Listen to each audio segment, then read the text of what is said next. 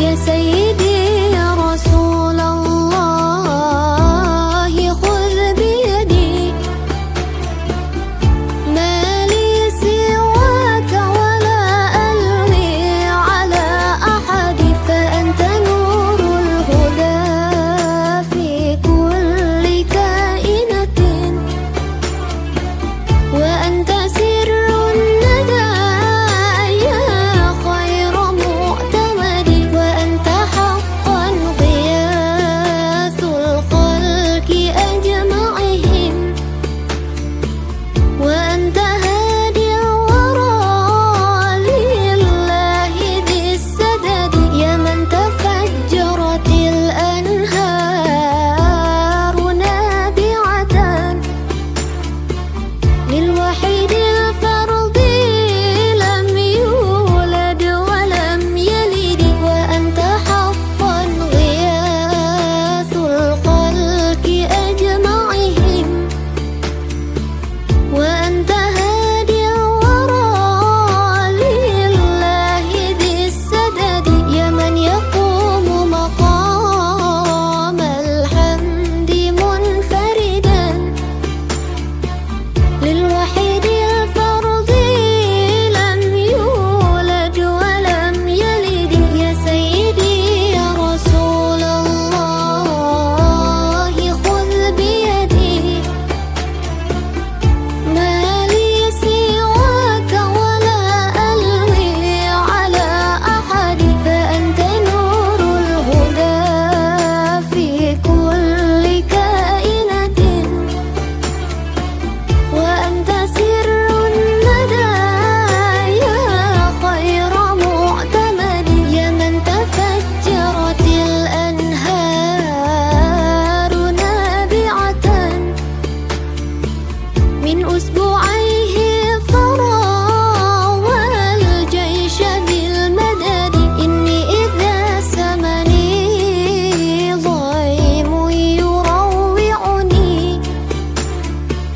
أقول يا سيدا ساداتي يا سندي يا من Pertama,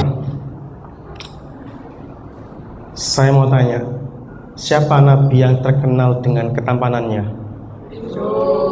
Nabi Yusuf. Ya, Nabi Yusuf ya. Nah ini dasar ini. Nabi siapa? Nabi siapa yang sampai membuat para perempuan sampai salah nyilat itu siapa? Nabi siapa ini? Nabi Yusuf. Karena ketampanannya. Karena ketampanannya. Nabi kalian, Nabi Muhammad itu 2 kali lipat lebih tampan daripada Nabi Yusuf. Karena kelebihannya banyak, makanya jarang disinggung ketampanannya. Jadi ada sahabat yang cerita, namanya Jabir bin Samurah. Dia bilang, saya pernah malam-malam itu jalan-jalan di kota kota Madinah. Waktu itu malam purnama. Tahu ya purnama ya? Cahaya bulan kan benderang sekali ya. Ra'aitu Rasulullah wa alaihi khullatun hamra. Saya tuh melihat Rasul malam-malam pakai baju merah. Faja'altu anzuru ilahi wa anzuru al-qamar. Saya melihat ke Rasul terus delok nang bulan. Jadi kemarin delok Rasul gitu. Kemarin delok Mail, nah itu. Kemarin delok Rasul, delok bulan. Apa kata Jabir ini? Fakana wajhu Rasulillah indi aksan minal qamari lailatal badri. Dan sungguh wajah Rasul malam itu tampak lebih tampan, ganteng, bercahaya melebihi sinar bulan pada malam purnama malam itu. Jadi sampai tuh punya nabi yang ganteng. Ganteng itu bisa bawaan lahir, bisa disetting. Nah, sampai ganteng ket lahir, ya ayo ditingkatkan gantengnya dengan berpakaian yang rapi. Sampai lek wedok ket lahir ayu, ayo ditingkatkan dengan pakaian yang rapi. Nabi itu suka pakai parfum. Hubbiba ilayya itru. Aku iki seneng gawe parfum, kata Rasul. Wis ganteng, putih, kelambine rapi, gawe parfum. Wah. Azmi iku bainas sama iwas sumurisat gitu. Antara langit dan sumur sat. Saman bayangkan lihat yang perempuan, saman bayangkan lihat cowok ganteng pakai baju merah wangi, itu cara bahasanya anak 90-an ya, itu melting itu. Apa melting itu? Melayang tinggi. Wih, amazing gitu. Bawaannya wis ganteng. Lah lek bawaannya gak ganteng, misalkan lahir pesek misalkan, atau lah guyu za. Misalkan lahir apa gas merah putih, ya ayo ditingkatkan ketampanannya itu dengan pakaian sing rapi. Wis gak putih, klambine kucel, gak adus bisa. Nah, gak ge wangi bisa. Wis gak nabi blas iku. Cara nabi ngakorin sungkan. Iki umat Rasul, aduh, kok ngene umatku ya ngono. Jadi sampean lek budal sekolah, gawe sepatu sing rapi, kopian, gagah penampilannya, diniati ittiba'u sunnatir Rasul, berpahala sampean. Aku iki umat Rasulullah. Aku budal kudu ganteng. Nabi itu ganteng. Ganteng sekali. Jadi kita bisa meniru sunnah Nabi dalam hal aksesoris dengan cara berpenampilan yang rapi, termasuk perempuan. Kalau perempuan parfum nggak begitu dianjurkan ya, karena takut fitnah, tapi yang penting rapi lah. Atau parfum nggak apa, tapi jangan terlalu berlebihan itu ya. Jadi parfum termasuk sunnah karena Nabi suka dengan parfum ya. Jadi Nabi kesimpulannya adalah cowok keren dan ganteng. Lek ket lahir ganteng, ayo ditingkatkan gantengnya dengan berpakaian yang rapi. Lek lahir gak sepiro ganteng, ayo digantengno. Lek gak duwe-duwe kayak oplas, wis minimal kelambine setrikoan, BT lengkap. Oke. Yang kedua, dalam konteks madrasah atau pendidik, Nabi itu mendeklarasikan dirinya sebagai seorang pendidik. Aku ini guru. Innama bu'istu mu'alliman. Saya ini diutus jadi guru, kata Rasul. Sama lihat ya, Madinah itu luasnya dahulu koyok wilangon. Kalau guru saya mengatakan Masjid Nabawi hari ini itu ya Madinah itu. Sama naik umroh itu Nabawi itu besar sekali, kayak Sememi Nabawi itu luasnya. Ya Nabawi hari ini itu ya Sememi ya Madinah itu, maaf ya Madinah itu. Bayangkan dari desa sekecil Sememi atau Wilangon atau Madinah itu melahirkan manusia-manusia yang berkelas dunia. Nabi itu pendidik dan beliau bisa melahirkan generasi sing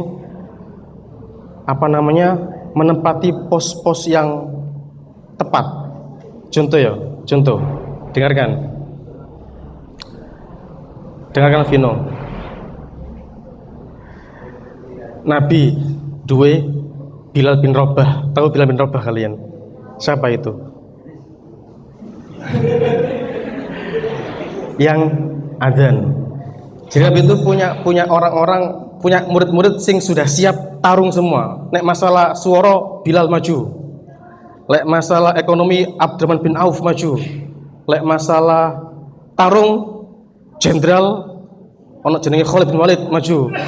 Lek masalah fikih sing maju Ali. Lek masalah faraid sing maju Mu'ad bin Jabal. Wakai iku.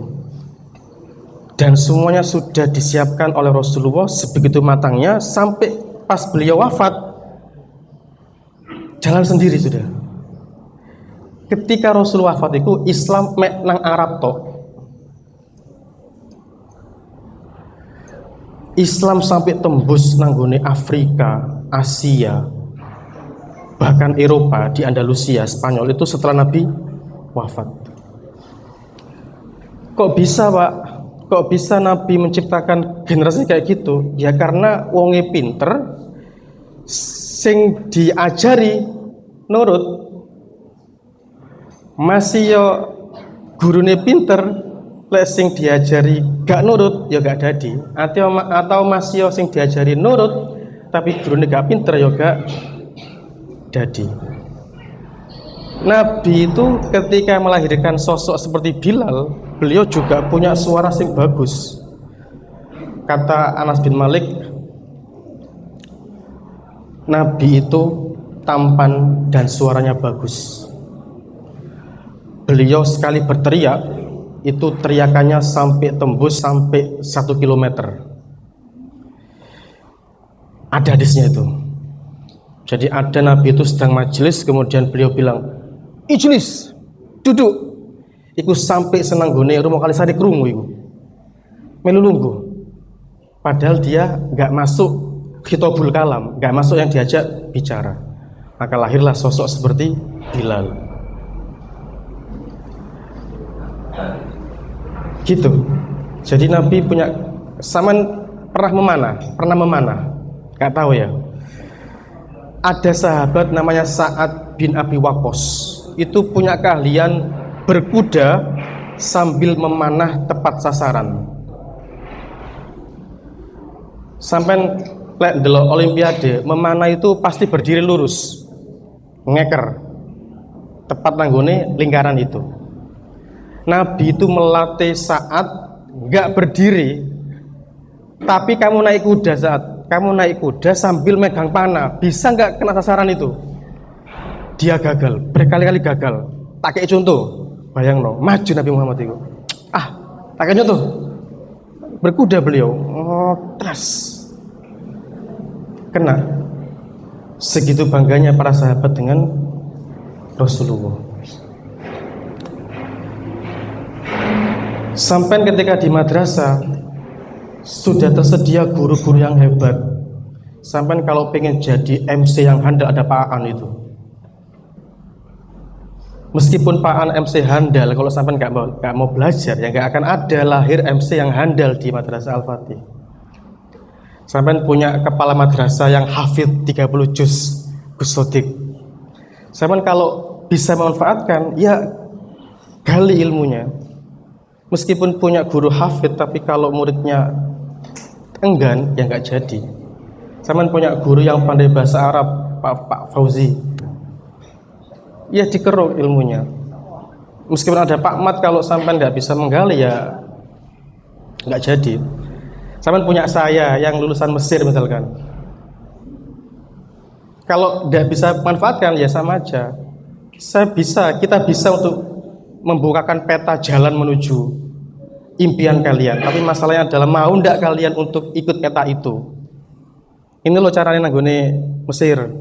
Wah, soro Pak, anak turu Pak. Ini loh caranya hafid 30 juz. Waduh Pak, enak mari sekolah turu, enak. Nek muridnya modele tutup sekolah langsung lepas baju turu. Wah. Ya wabillahi taufiq hidayah jenenge iku. Assalamualaikum. Gitu.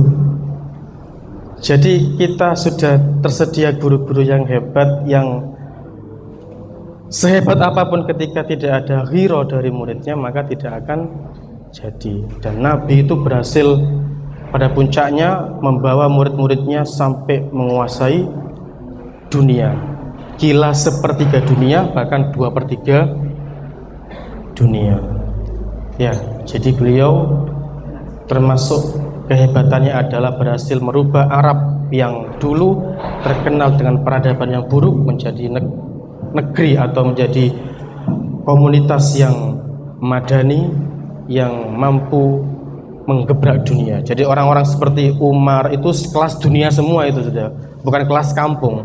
Umar, Khalid, siapa lagi Bilal, itu semua adalah manusia-manusia kelas dunia dan akhirat. Baik, cukup. Sebelum saya tutup, sebelum doa, tolong sampahnya disakuin dulu ya. Saya tunggu, ayo disakuin.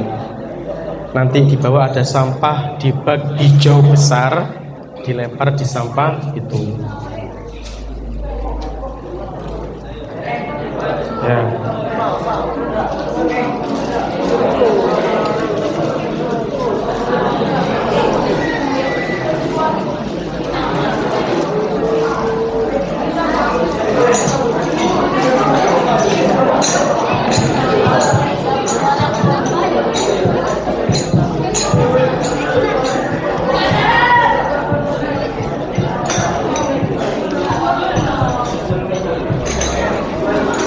Sampun. Ya. Terima kasih, semoga kita semua diberi rahmat oleh Allah Subhanahu wa taala. Assalamualaikum warahmatullahi wabarakatuh.